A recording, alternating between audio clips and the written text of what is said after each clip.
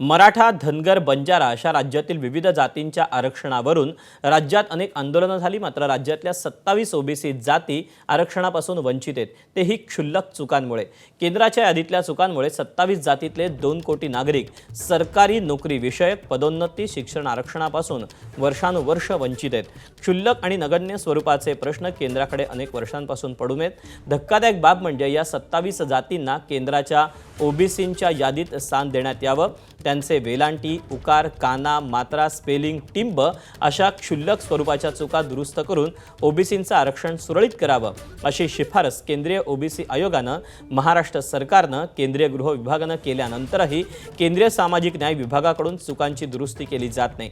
केंद्रीय नोकरशाहीच्या आडमुठ्या धोरणामुळे या सगळ्या गोष्टी सुटत नसल्यामुळे 27 जातींपैकी काहींनी तर हिंदू धर्म सोडण्याबद्दलची इच्छा व्यक्त केली।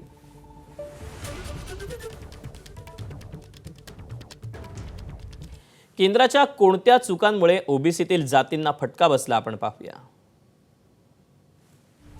1998 मध्ये पोवार जातीला आरक्षण देताना भोयर आणि पवार दरम्यानचा स्वल्पविराम हटवला। वेगवेगळ्या असलेल्या भोयर आणि पवार जाती स्वल्पविराम हटवल्यामुळे केंद्राच्या यादीत एकच झाल्या। संपूर्ण राज्यात मध्य भारतात कोणाकडेही भोयर पवार असा एकाच जातीचा दाखला नाही। स्वल्पविराम हटवल्यामुळे अस्तित्वातच नसलेली भोयर पवार जात कागदोपत्री जन्मली। 2 जातीतील लाखो विद्यार्थी तरुण आरक्षणापासून वंचित राहिले। 2011 पासून केंद्राच्या ओबीसी यादीत गोवारी जातीचा समावेश करण्यात आला।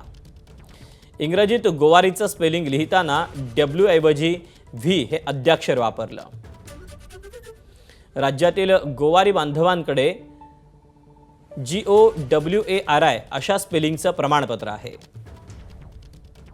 केंद्रातील सरकारी बाबू मात्र V या इंग्रजी अक्षरासह जात प्रमाणपत्र मागतात। स्पेलिंगच्या घोळामुळे गोवारी बांधव आरक्षणापासून वंचित आहेत। डांगरी जातीला राज्यात ओबीसी आरक्षण आहे, मात्र केंद्राच्या यादीत स्थान नाही। हिंदू धर्मात राहायचं की नाही असा प्रश्न आता डांगरी समाज विचारतोय।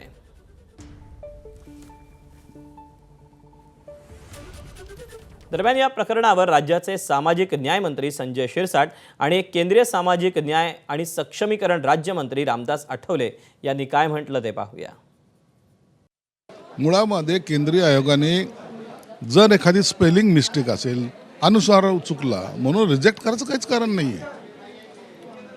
बाकी सर्व गोष्टी तपासून घेतल्यानंतर आणि तेही आकडा जे तुम्ही सांगताय जवळपास 2 कोटी ओबीसी, मला वाटतं हा तो ओबीसी समाजावरचा अन्याय आहे। छोट्या चुकीमुळं असं आरक्षणापासून त्यांना वंचित कसं ठेवता येईल, म्हणून हे आरक्षण त्यांना हे दिलं पाहिजे। मी सोमवारी या संदर्भामध्ये सामाजिक न्याय विभागाचे जे काही मंत्री, केंद्रीय मंत्री त्यांना सुद्धा पत्र लिहिल आणि ते ज्यांच्यामुळे हे झालंय त्यांना सुद्धा मी पत्रव्यवहार करणार आहे।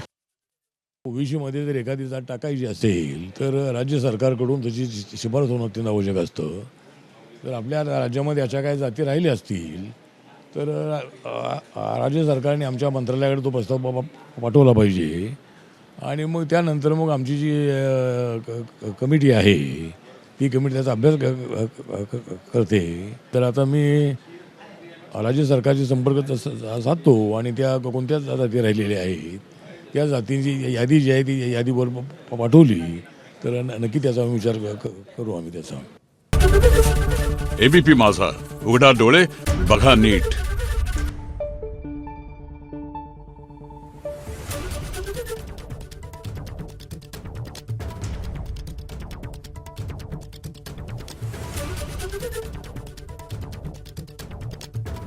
you